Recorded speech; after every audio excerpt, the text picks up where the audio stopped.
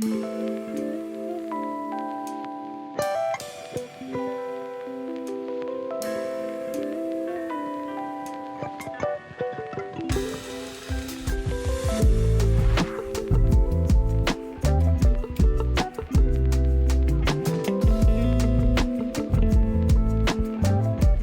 want to talk to you about how do you know if you are actually working in a toxic workplace?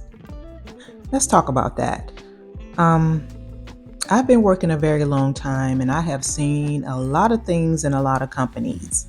So I want to talk about this today because I think it's so important because some people don't know the difference. Some people think that that's normal, that it should roll that way, but nah, it really shouldn't roll that way. And I feel like if you have the sense that God gave you, you should know when you are working in a toxic workplace. So the first one that I would say is that the communication part of it. When you are with a company that shoots out a lot of emails saying this has changed, this is going to go in place, you need to do it this way, all of that, but don't come back with some sort of meeting to show you or demonstrate or go over these new changes. To me, that is a red flag for a toxic workplace. No company should send out a ton of emails and say, this is going to change, you need to do it this way, but not having like a follow-up meeting to say and to go over examples on how it should be done. To me, that is a very first sign of being in just a toxic work environment because the communication part should be on point. The next one I would say is that when you have like leadership that can be abrasive, that can be a know-it-all, someone that think that you should have the answers already, but you're newly to the company. Just those type of things where you have leadership that may feel like they can talk to you any kind of way. That is a toxic work environment.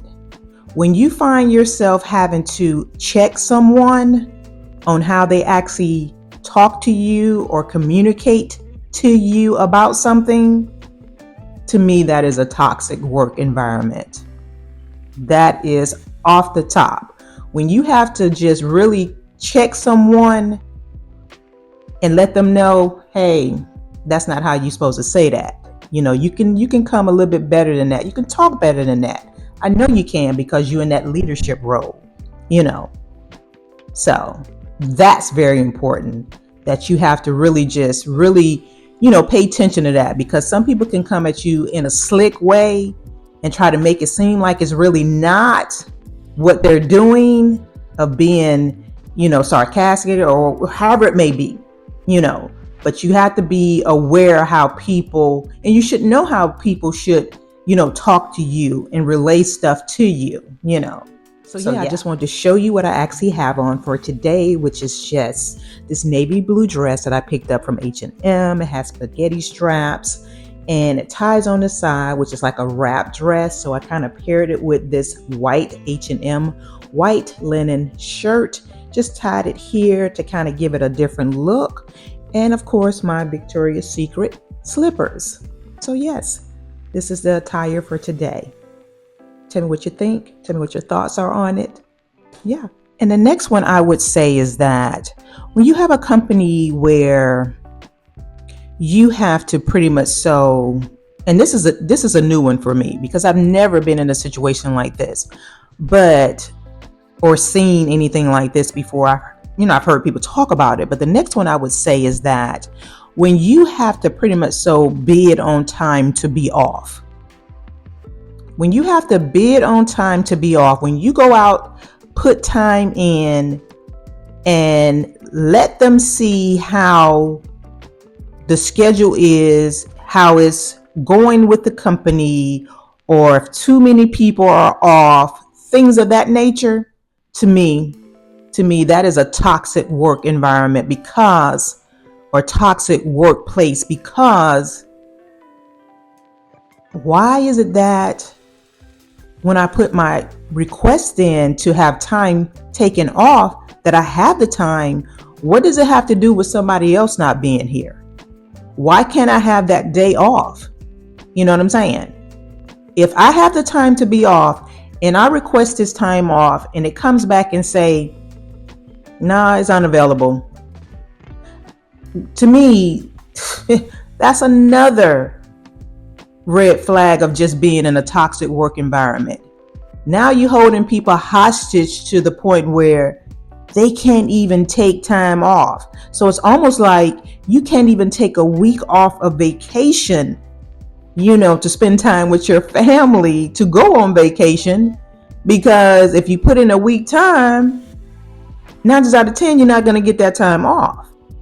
So to me, that is a toxic work environment. And the next one I would say pretty much is that when you just feel unmotivated about your job, your position, what you're doing, because of all of the poor communication, bad leadership, you can't take your vacation like you want to, that'll make anyone feel unmotivated about doing their job, anybody. So I just wanted to talk about this because this is the reality on some jobs with some companies.